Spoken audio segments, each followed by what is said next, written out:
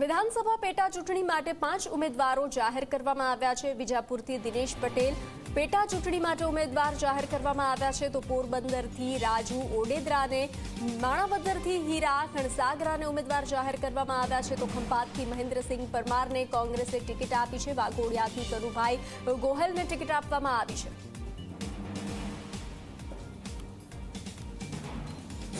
સૌથી પહેલા તો હું પ્રદેશ સમિતિ ગુજરાત કોંગ્રેસ પ્રદેશ સમિતિનો ખૂબ ખૂબ આભારી છું। ઉપરાંત એઆઈસીસીનો ખૂબ જ આભારી છું, જેની મારા જેવા નવયુવાન ઉપર વિશ્વાસ મૂકી અને પોરબંદર જેવી સીટમાં અર્જુનભાઈ જેવા મોટા નેતાની સામે મારી પસંદગી કરી અને મારી ઉપર જે વિશ્વાસ મૂક્યો છે એના માટે હું એમનો ખૂબ ખૂબ આભારી છું।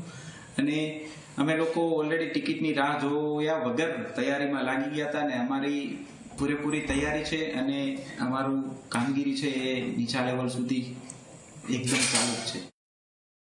અમે પાર્ટીએ મારી ઉપર વિશ્વાસ મૂક્યો, પાર્ટીએ મને ટિકિટ આપી છે।